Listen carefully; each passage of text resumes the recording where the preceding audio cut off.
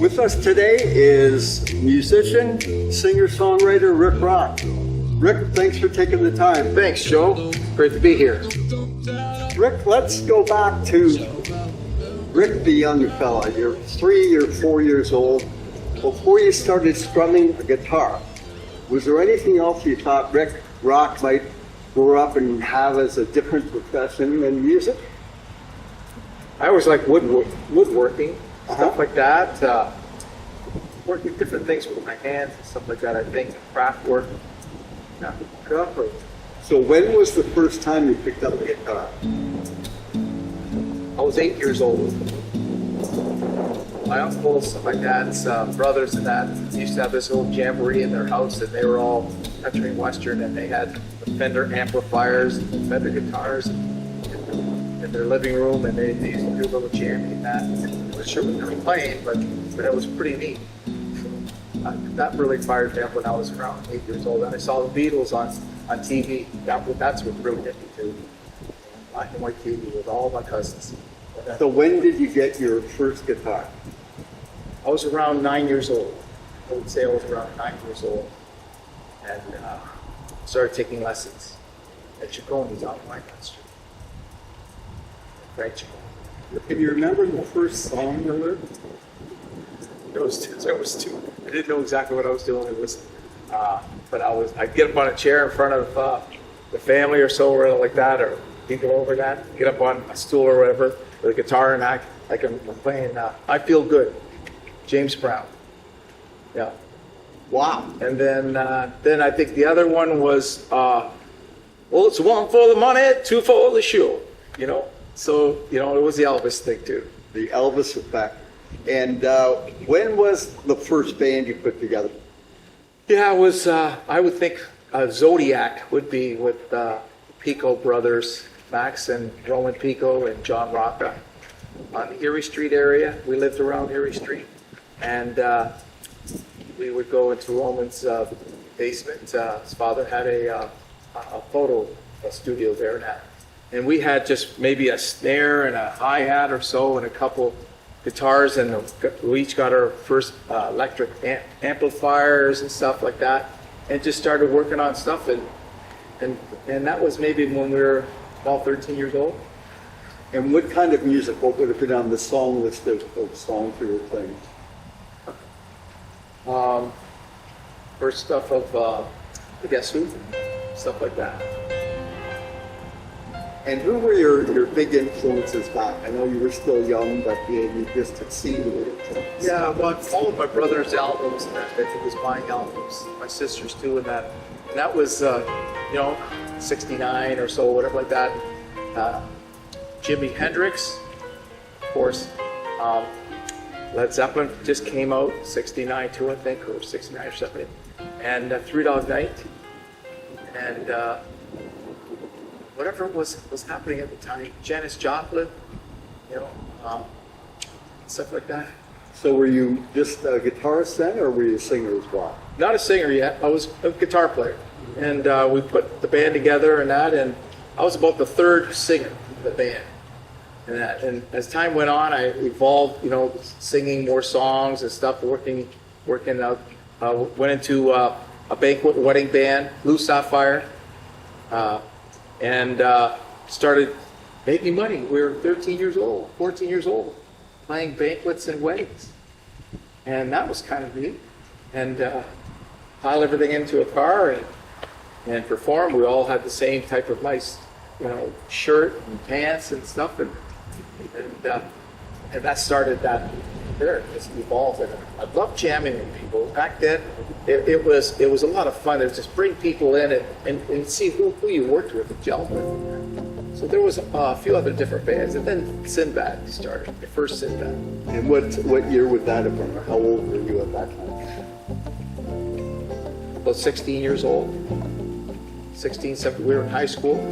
Started playing a little bit of high school, events and that, and played ran into W.D. Lowe concert. We started buying equipment, PA systems, and stuff like that.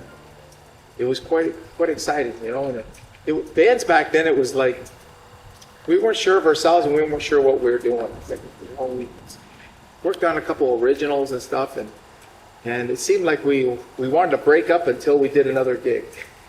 And then we wanted to stick together again, you know. And then by the time I was 16, 17, I was started playing in clubs and stuff.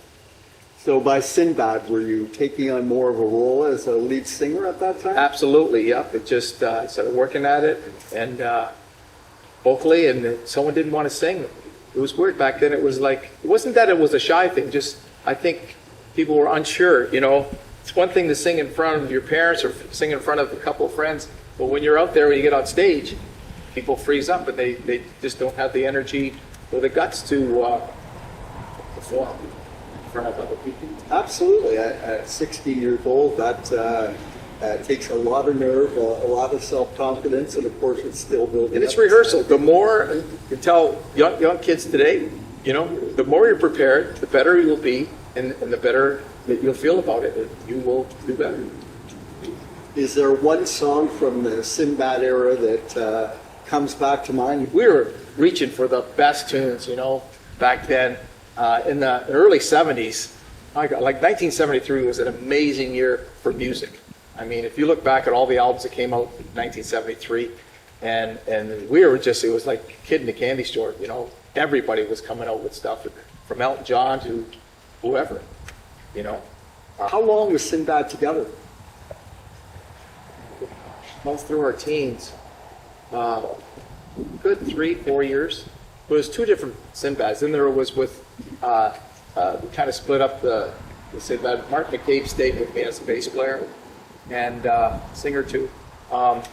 And we went with Charlie Zabel and Pete Bornell. We started Sinbad, the second phase of Sinbad. And that was pretty intense. We're now playing in the clubs every week. And sometimes 3, 4, 5 nights, even 6 nights a week in the clubs. It was very lucrative back then. If you were we didn't realize it, but we thought it was just this area. It's everywhere. It was very lucrative to put together a decent band that played enough tunes, wide range of music, and had the guts to go out there and play, not just one night or two, but actually perform many nights, you know, and keep the crowd interested, you know. So you had to mix it up. So you mentioned Charlie Zabel, a fellow that was extremely talented that we lost at a very young age. What's a fond memory of Charlie playing on stage with him? Because he was an electric kind of a performer. He sure was. He sure was it. And we got along really, really well. And on and off stage and that. And, you know, he wanted to make it to Hollywood. He could have. Really, I think I said to him, you know, one of the times we were breaking up, it was like, I said, Charlie, do what you want to do. You know, if you want to get to Hollywood, with the LA, do it, but you need to do it. You know, because I think he had the looks. He had the, he could play. I mean, he could play. He had all the effects and that. We had a lot of fun. And I think playing like St. Clair College, doing St. Clair College show, the bigger shows with these guys and Charlie, we got up for that. The clubs was one other thing. When you're doing, you know, a concert, it's more preparation, and you know, you're dressing up a little better, and you just have more things to do. We just have a lot of fun. And Charlie, of course, made kind of famous locally as flying lead guitar. That was a big thing with him. Yeah, flying beat. Yeah, they had the band Wish, and they were really, really good at a young age with Wish, and had Bobby Stevens and Bobby there. So many great musicians. It was great to realize it. Until I started traveling, playing other places, and seeing other acts and stuff, going through the States and stuff. That there is so much talent here. It's just the fact of utilizing that talent, you know, and acting on it. Okay. Absolutely, I couldn't agree more. So after Sinbad, what was your next group project?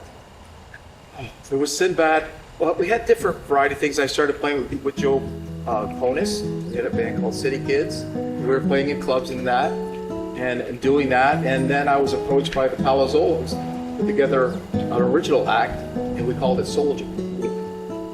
Tell us about Soldier. Soldier was playing in the clubs too, but our first shot was we went into the studio, Player Studio, and recorded 15 original songs.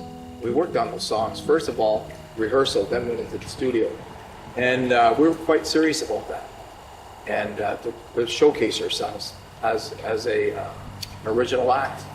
And the band sounded like, progressive, maybe a progressive style of sticks and Kansas and stuff like that. And a lot of vocalists, a lot of great players in that band, and an all-star band type thing. And but we got caught up in the clubs. We were playing in the clubs so much, and we lost our way. I think getting the originals, getting to the next stage where the originals finding a record company or a label or a producer to handle us. And when you stick around town, you're not going to go far. And I think if we would have either ourselves or the music travel, get in the right hands, and that's what it is. It's that like that in any industry. Absolutely, and especially in the music industry. So, of course, it was with the help of George Hello at Polaris Studios that you had that opportunity to do your first big recording there. Tell us a story about George Hello, a great guy. George was awesome. And he's actually a cousin of mine from my mom's side, Lebanese side. And through Michigan, we have cousins in Michigan, and they're all cousins. And found out through DNA, we were cousins. But anyways, George was a great guy. A lot of people went through that studio that he had, and the issue is no one had enough money to really finish good product and put the time in, and so we're always rushed, to get music done in that. But he spent hours with us, and he had a studio board from I think A&M from LA, and like Carpenters recorded on that board. So he was bringing in some really good things. He was from Michigan. He lived in Windsor here, and it was just the fact of getting the stuff in the right hands. That's what it's all about.